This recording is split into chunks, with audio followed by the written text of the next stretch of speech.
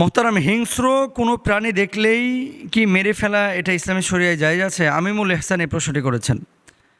মানে রাস্তায় আমি সাপ দেখলাম, একটা সাপকে আমি দেখার সাথে সাথে মেরে ফেললাম, এটা জায়েজ আছে কিনা? 2 নম্বর, রাস্তায় আমি দেখলাম বাঘ, আমি দেখে মেরে ফেললাম।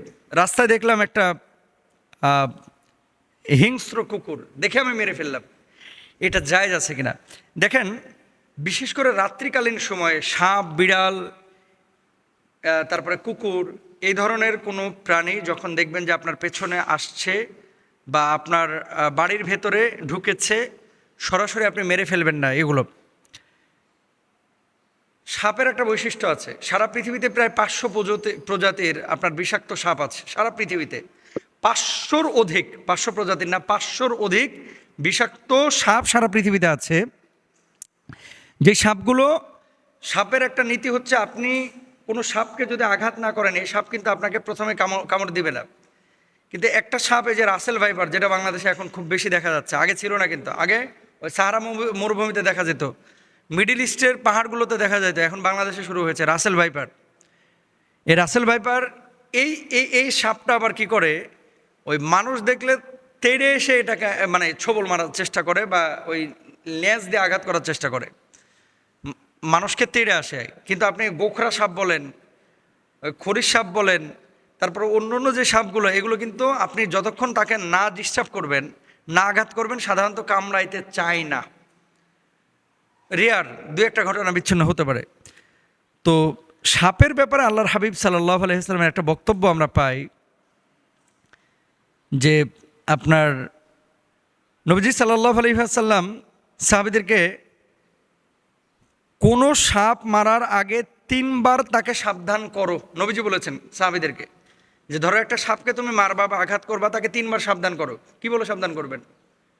চলে যা, চলে যা, সরে যা, অথবা তাকে লাকড়ি দিয়ে, কাঠি দিয়ে চলে যেতে বাধ্য করবেন। অনেক সময় সাপ কি করে, রাস্তা হারিয়ে ফেলেছে, কোন দিকে যাবে, সে বাড়ির দিকে চলে আসতেছে তার গন্তব্য দিকে, তা আপনি সেই জায়গাটাতে লাঠি দিয়ে আপনি তার গন্তব্য দিকে ছুড়ে দিতে পারেন চলে যাওয়ার জন্য, বা আওয়াজ করতে পারেন। এটা নবীজির কথা। কিন্তু আল্লাহর হাবিব বলেছেন কোনো সাপ মারার আগে 3 বার তাকে সাবধান করো, এরপরও সে যদি গর্ত থেকে বের হয় তখন তাকে মেরে ফেলবে, কেননা সে শয়তান। তার মানে আপনি একটা জিনিস বলতেছেন, বলার পরও তা আপনার দিকে যদি আক্রমণাত্মক ভঙ্গিতে কোনো সাপ আসে, সে সাপটাকে মারা যায়। সব কুকুর কিন্তু আপনাকে কামড়ায় না, কিন্তু কিছু কুকুর আছে পাগলা হয়ে গেছে, বাচ্চা দেখলেই তেড়ে যাচ্ছে, মানুষ দেখলেই কামড়ে দিচ্ছে, এরকম কুকুরকে হত্যা করা যায় আছে, এরকম কুকুরকে হত্যা করা যায়। বিড়াল হালাল প্রাণী, খাওয়া যায় না, কিন্তু পালা যায় আছে। এখন এই বিড়াল, তার নখের মধ্যে ভাইরাস অথবা শরীরের মধ্যে কোনো জীবাণু ছড়িয়ে পড়েছে। সমস্ত বিজ্ঞানীরা একমত যে এরকম যদি কোনো ক্ষেত্র তৈরি হয়, তাহলে সেই প্রাণীটা ধরেন আঁচড় দিলে আপনি আক্রান্ত হয়ে যাওয়ার বা মারা যাওয়ার সম্ভাবনা আছে, আপনার ভিতরে জলাতঙ্ক রোগ চলে আসতে পারে। এরকম কোনো যদি বিষয় ঘটে, তাহলে সেক্ষেত্রে মারা যায় যাচ্ছে নবীজির হাদিস অনুসারে। কিন্তু রাত্রিকালীন সময়ে আপনার পেছন দিয়ে বিড়াল আসতেছে অথবা একটা সাপ দেখেছেন, মেরে ফেলবেন, এটা কিন্তু নবীজি বলেন নাই। মনে রাখবেন, সাপের আকৃতি অনেক সময় জিনেরাও গ্রহণ করে, বিড়ালের আকৃতি অনেক সময় জিনেরা গ্রহণ করে। এটা আমার কথা না, নবীজি সাল্লাল্লাহু আলাইহি ওয়াসাল্লামের নিজের কথা, এবং হাদিসের মধ্যে বিষয়টি এসেছে। দেখেন, হযরত সালেম রাহিমাহুল্লাহ তার পিতা থেকে বর্ণনা করেছেন, রাসূল আকরাম সাল্লাল্লাহু আলাইহি ওয়াসাল্লাম বলেছেন, তোমরা সেই সাপ মারবে যার পিঠে 2টি সাদা রেখা আছে এবং যার লেজ নেই। নবীজি বলেছেন। এখন এই সাপ আমি দেখি না, আপনারা দেখেছেন কিনা জানি না। নবীজি বলছেন যে সাপের লেজ নাই, কিন্তু সাপের পিঠের উপরে 2টা রেখা আছে। অনেকে বলেন যে খরিশ সাপের কথা বলা হয়েছে, অনেকে বলেন যে অন্যান্য বিষাক্ত সাপের কথা বলা হয়েছে। এখন নবীজি যেহেতু সাপের নাম বলেন নাই, আলামত বলেছেন, আমরা বলতে পারি। কেননা এরা বিষধর হওয়ার কারণে দর্শন শক্তি বিনষ্ট করে এবং গর্ভস্থিত সন্তান ধ্বংস করে দেয়। বর্ণনাকারী বলেন, এরপর থেকে আবদুল্লাহ রাদিয়াল্লাহু তাআলা আনহু যে কোনো সাপ দেখতে পেলে তা মেরে ফেলতেন। একবার আবু লুবাবা রাদিয়াল্লাহু তাআলা আনহু অথবা যায়েদ ইবনে খাওয়াব রাদিয়াল্লাহু তাআলা আনহু তাকে একটি সাপ মারতে উদ্যত দেখে নবীজি সাল্লাল্লাহু আলাইহি ওয়াসাল্লাম মানে তাকে সাপ মারতে উদ্যত দেখলেন। তারপরে নবী করিম সাল্লাল্লাহু আলাইহি ওয়াসাল্লাম ঘরে বসবাসকারী সাপ মারতে নিষেধ করেছেন। কিছু সাপ আছে ঘরোয়া, মানে ঘরে বসবাস করে, আপনি তার স্থান চেঞ্জ করে দেন, মানে সেখানে বাসা করেছিল, বাসাটা ভেঙে দেন, যে সাপটা যেন অন্য জায়গায় চলে যায়, পুড়ায় ফেলবেন না, মেরে ফেলবেন না, এটা নবীজি সাল্লাল্লাহু আলাইহি সাল্লাম নিষেধ করেছেন। অনেক সময় সাপের রূপ ধারণ করে নেককার জিনেরা বিচরণ করে, যেমনটি হাদিস থেকেও জানা যায়। হযরত ইয়াজিদ ইবনে মাওহাব রহিমাহুল্লাহ আবু সাঈদ রাদিয়াল্লাহু তাআলা আনহু থেকে বর্ণনা করেন, তিনি বলেন, আমি আবু সাঈদ খুদরি রাদিয়াল্লাহু তাআলা আনহুর কাছে এসে বসি। এ সময় আমি তার চৌকির নিচে কিছু আওয়াজ শুনতে পাই, মানে আমি তাকিয়ে দেখলাম যে একটি সাপ।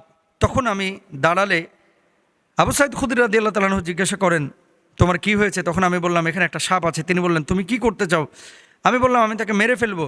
তখন তিনি তার বাড়ির একটি ঘরের দিকে ইশারা করে বলেন, এখানে আমার চাচাতো ভাই থাকতো। খন্দকের যুদ্ধের সময় রাসূল সাল্লাল্লাহু আলাইহি সাল্লামের কাছে ঘরে ফিরে যাওয়ার অনুমতি চাই, কেননা সে তখন নতুন বিয়ে করেছিল। আল্লাহর হাবিব সাল্লাল্লাহু আলাইহি ওয়াসাল্লাম তাকে অনুমতি দেন এবং বলেন, তুমি তোমার হাতিয়ার নিয়ে যাও। সে নিজ ঘরে ফিরে তার স্ত্রীকে ঘরের দরজার ওপর দাঁড়িয়ে থাকতে দেখল। তার স্ত্রীর প্রতি কলম দিয়ে ইশারা করে। তখন তার স্ত্রী বলল, তাড়াহুড়া করো না, এসে দেখি কি যেন আমার ঘর থেকে বের করে দিয়েছে। তখন সে ঘরে ঢুকে দেখা গেল যে একটি সাপ, সে তাকে বল্লম দিয়ে হত্যা করে এবং বল্লমে তার দেহ ফুঁড়ে বাইরে নিয়ে আসে।